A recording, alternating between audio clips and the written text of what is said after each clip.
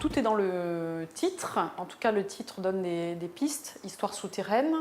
C'est un ensemble de pièces, de dessins, des mots aussi, donc du métal, qui racontent des histoires autour du minéral, autour de ce qui va venir du dessous, ou parfois aussi au-dessus.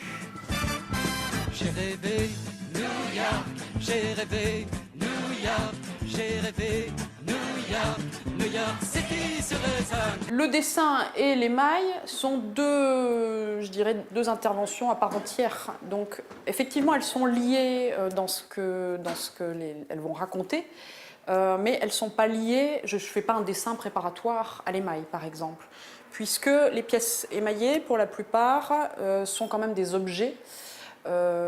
Donc la forme, alors la forme, ceci étant, va un peu émaner de certains dessins indirectement, mais l'inspiration est ailleurs. Donc elles dialoguent ensemble, elles se complètent en fait.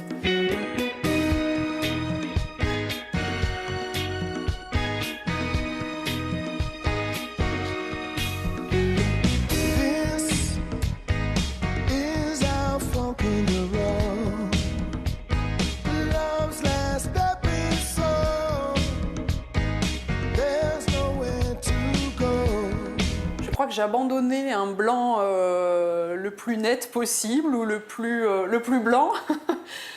Effectivement, c'est une couleur qui est à la fois dure et tendre, si je puis dire. Donc maintenant, mon parti pris, c'est d'aller dans ces variations. Et finalement, on s'aperçoit que ce blanc seul peut varier dans une multitude de possibilités et se rapprocher de certaines, comment je pourrais dire, certaines matières qui vont ensuite aller dans le papier, dans le dessin, en fait. Si ce n'est la brillance qui offre quelque chose de tout à fait différent.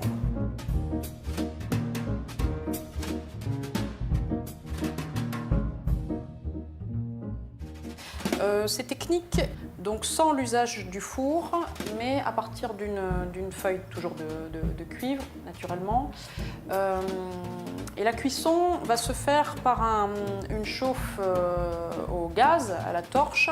Donc il faut quand même obtenir une température assez importante. Il se passe plein de choses. Ou de près ou de loin, du reste, et évidemment en fonction de la lumière. Alors c'est une feuille de métal qui est très fine en réalité et qui a permis justement de conduire la chaleur assez rapidement.